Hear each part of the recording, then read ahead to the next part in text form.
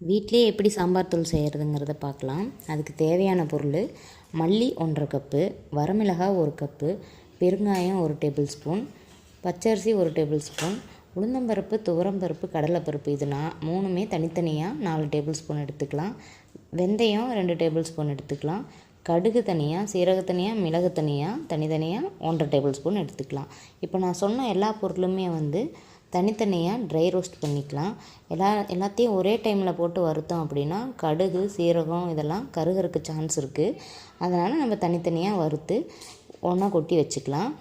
அதே மாதிரி வரமிளகாயை வறுக்கும்போது கருக விடாமல் மிதமான சூட்லேயே வறுத்து தனியாக கொட்டி வச்சுக்கலாம்.